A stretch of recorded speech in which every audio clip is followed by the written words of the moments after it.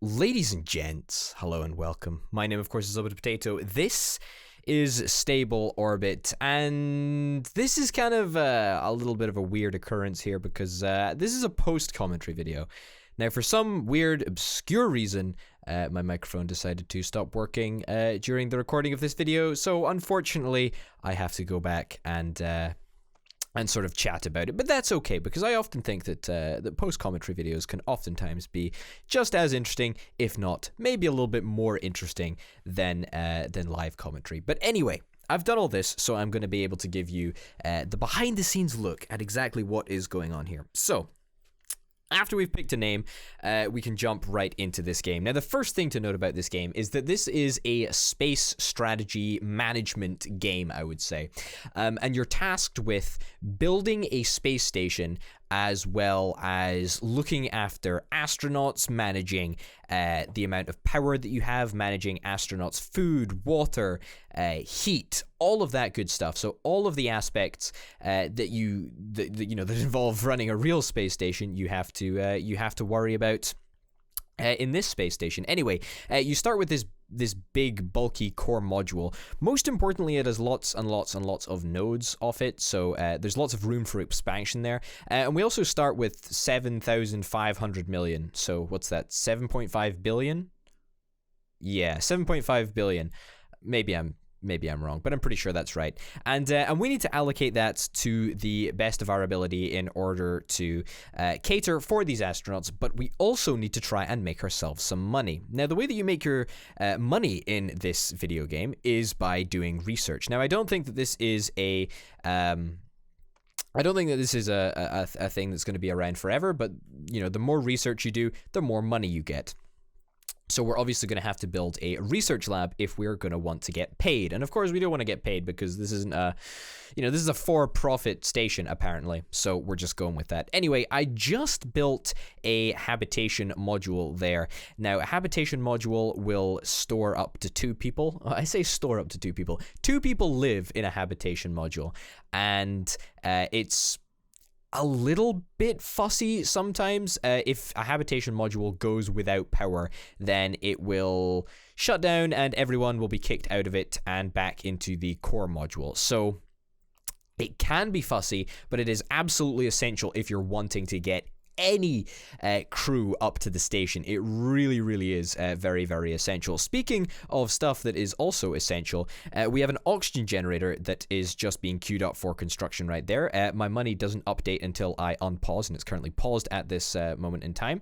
So I unpaused and then repaused so that we can rebuild stuff, or continue to build stuff, should I say. The oxygen generator is also kind of weird. The oxygen generator takes water in and outputs oxygen. Water and power, and it outputs oxygen. So I guess literally just hydrolysis or whatever it is. Is it electrolysis? No. Electrolysis. Electrolysis is the breaking down of water into hydrogen and oxygen. Yes, that is exactly what is happening as far as I'm aware. And so that is essential.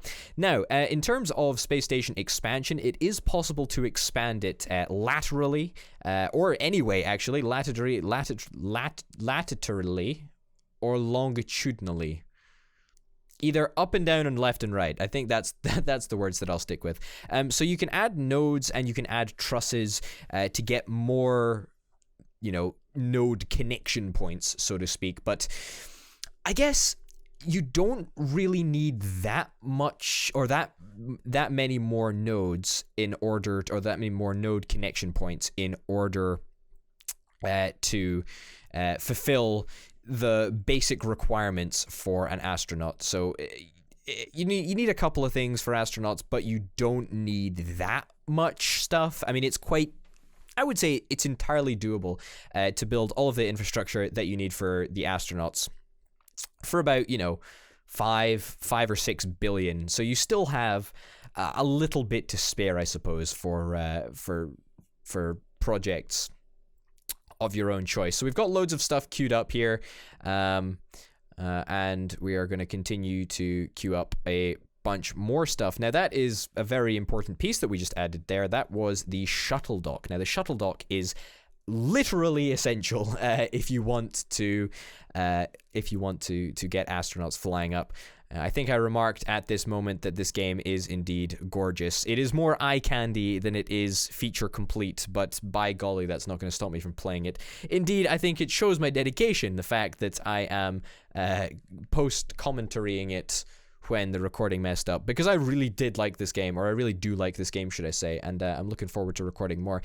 We've got a radiator on there. We slapped a radiator on the side of the core module because with solar panels, which we have also added, it's kind of difficult to radiate all of the heat, so that's why we have a radiator to make sure that things don't get too hot, because believe it or not, in space it is very, very difficult to radiate heat effectively, which is why you need to stick these massive, big, long radiator panels onto the side of spacecraft. But there we go. Okay, so the hab has just finished up. The oxygen generator is that little thing on the top. That's looking good. The space shuttle dock has just finished, which is fantastic. And we're starting to see that there is a draw on the power that we have coming in. Now, we do have basic power coming from those two tiny little solar panels that are on the core module, but let me tell you, they don't do very much. They are not very effective in their solar panel duties, unfortunately, but that's that's just the way that things are. And this is the first problem that we sort of run in. You can see it occasionally pop up at the right hand side of the screen in our event log. There's the solar panel. The problem is that whilst the dock is unpowered, the shuttle dock is unpowered, then the rocket can't launch. And if the rocket can't launch, then we can't get astronauts, and we can't get money, and we can't get anything. That module, by the way, to the back left of the core module is the science module, so the one that's sticking out towards us right now, right next to the radiator. That's the science module, and that gets us, I think it's about 10 million, or maybe it's 100 million. I don't know. It's like 10 units. So if we have 1,000 units right now, we get 10 per hour per scientist working in there, and only one scientist can actually work in there at once. Now, there is a whole variety of other science modules that you can get. You can get the medium variety and also the large variety, but I have yet to discover them in my playthrough. I don't even know if they're actually in the game. I don't know how many features this game really has. I've only played it for about an hour at this point, perhaps. But as I say, eye candy, definitely. Feature complete, probably not. But it's at about this moment that we realize we're not really going to have enough connection points if we want to continue to expand at a decent rate. So there's two types of structural additions that you can make. It's either a node or the truss. Now, the truss is kind of the metal skeleton structure that you see right there. Alternatively, the node I did use a little bit earlier, or I didn't build it, but I showed it a little bit earlier.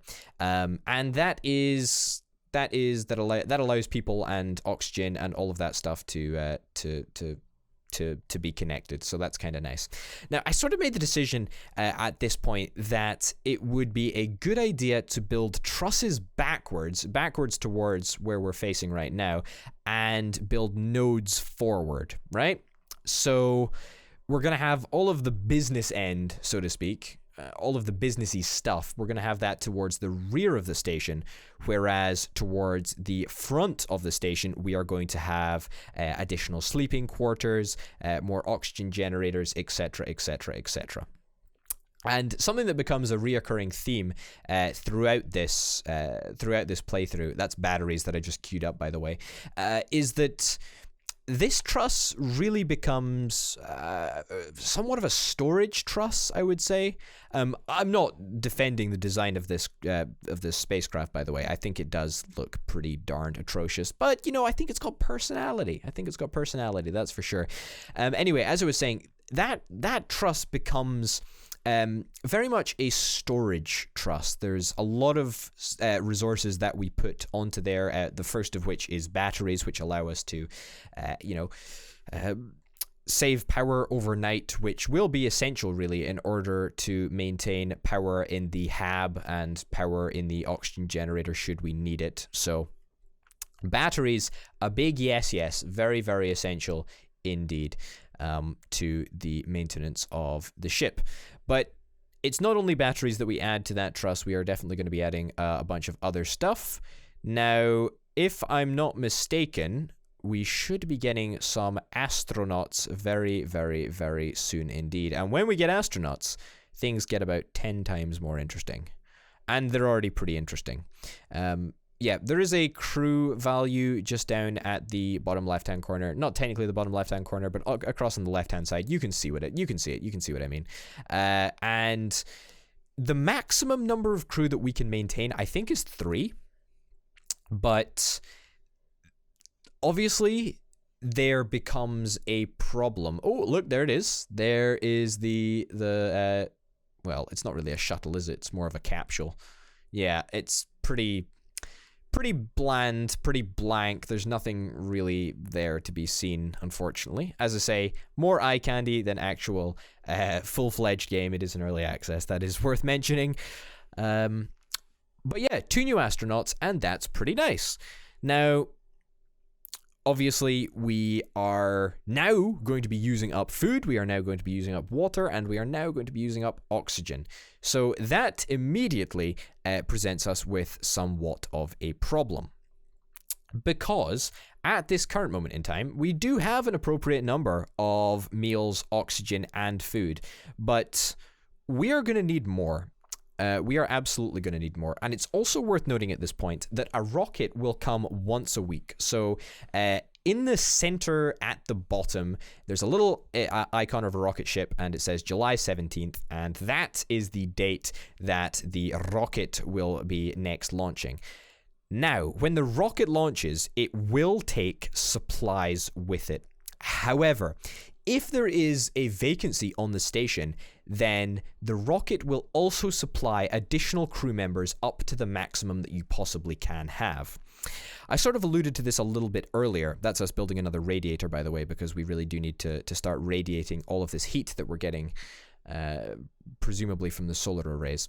Anyway, as I was saying earlier, even though our hab can only deal with 2 people, I think the core module can also deal with like 1 or 2 people. I'm not entirely sure. But what you can also do is that you can also change how often, well, not how often, I guess. You can change the shifts. I think that's probably the best word for it. You can change the shifts at which the astronauts work on, right? So we currently have 2 astronauts, and you'll see very, very shortly indeed that I will change the shifts of one of the astronauts so that they're rotating, because I think if they're both on shift 1, there's 3 shift settings that you can get. If they're both on shift 1, then they're both looking for work at the same time, and obviously that's not possible because we only have 1 singular science lab currently. Now, as I mentioned earlier, I'm going to be continuing to develop this truss at the back with more forms of storage. I think we end up getting water storage and food storage. And in terms of accessibility, it seems that the truss, that was me changing the shifts, by the way, or just fiddling around with the shifts there. Yeah. In terms of accessibility, I think the astronauts have no issues accessing food and water, even though it is technically outside the whole structure, I think. So that's a little bit weird. I don't know if that's going to change in an upcoming version of the game, but food storage is all up and running. Now, one of the interesting things to note is that, or is that oxygen storage? I can't remember. It doesn't matter. It doesn't matter for the point that I'm about to make. The interesting thing to note is that when you build food storage or oxygen storage, or indeed water storage, it comes fully equipped, right? So a water storage tank comes with 500 liters of water in, or however much water it is. And that initially struck me as rather strange, because as a game mechanic, the fact that you are able to spend, 100 million on food storage and then get the bonus fact that there is a bunch of food in there as well, that's kind of like, that's great, right? But when you think about it in terms of practicality and actual real life space stations, it makes complete sense that if you're shipping up a food module for a space station, you put food in it. It just makes sense, doesn't it? So when you look at it through that lens, it is Slightly more understandable. At least it became slightly more understandable to me. A pleb like me, I understood it a little bit better. Anyway, we are starting to have reoccurring battery problems, and it was at this point that I became a little bit nervous about the fact that, yep, there it is. Everyone was kicked out of the hab because there is no power. And that is what I mean when that is what I mean when I say the hab is a little bit temperamental when it comes to power supply issues. By the way, the music in this game is absolutely fantastic, and I'm very, very sorry that you can't hear the music right now, because it is absolutely fantastic and a major plus to this game, actually, I would say. It really does make it awesome. So yeah, solar power is definitely something that is super, super, super essential and very, very necessary. You know what else is necessary? More slots. More truss section is indeed required. Having this second solar array is definitely very, very nice indeed. It will allow us to collect more power, store more power overnight, which is exactly what we need, because, of course, we're currently wearing down all of our power. We're currently using up all of our power right now in the evening times. So that's kind of nice. But at the same time, you can't have, like, 6 solar arrays because it needs to be balanced with an effective number of radiators. And we already have 2 radiators. And I think that the number is basically like a 1-to-1 ratio, right? If you have 1 solar panel, you can get away with 1 radiator, perhaps 2 solar panels or 2 solar cell arrays, whatever. You kind of need a few more radiators, but hey ho. I don't really know. I'm learning as I go, and it's a bit of good fun. But water storage is going to be coming up next, which is really, really nice.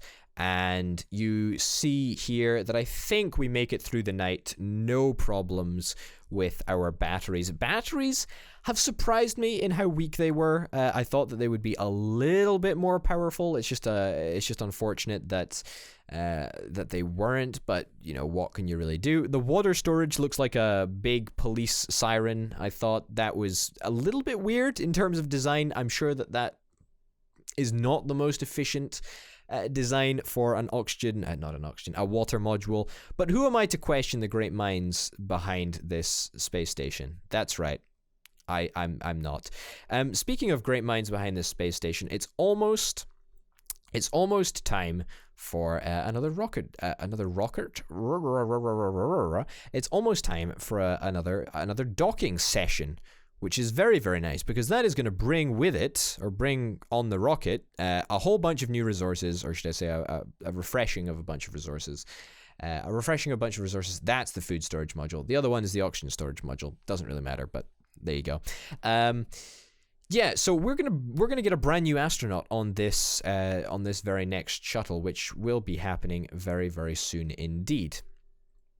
And this is actually, of all the astronauts to incorporate into the station, this is probably the easiest one, because we've already got that developed infrastructure. We've got oxygen, we've got food, we've got water, we've got power. We've sorted it all out, really. So when this astronaut comes along, there we go, and you change the number of astronauts to 3. There we go. Bim. Perfect. We have one more chap, which is fantastic. Now, I can immediately change him to shift 3, so we have each and every astronaut on a different shift. Now, I think that technically means that they take turns sleeping in the hab. So shift 1 and 2 might be asleep while shift 3 is working, and then shift 2 and 3 might be asleep while shift 1 is working. I think that's how it works. So I think that they can rotate in and out of the hab, because an event that did occur was sleep deprivation. One of my astronauts ran into an issue with sleep deprivation. I do not know how, but it did happen. That was quickly resolved by, I think, adjusting the shifts or something. Yeah. And we're pretty close to running out of power in the evening times, but I think we survive for the most part. Does get a little bit dicey. Oh no, Hab 1 was evacuated. Yep. So clearly there's more work to be done in terms of power and in terms of batteries. Definitely we're going to need a bunch of batteries. Do I build a battery here? I can't remember if I built a battery here. apparently I do build a battery here. Wow, I'm so on top of this. Well, this is Stable Orbit. I'm actually loving it right now. I don't know how much more content there is going to be, but I hope that there is enough to justify another couple of episodes, because hells to the yeah, I'm digging it. It's really, really fun. It's a really, really good looking game, and the music is fantastic as well. But you'll just have to wait and see that in the next episode. Ladies and gents, thank you very, very much for watching. My name, of course, has been Potato, and I'll see you next time. Bye.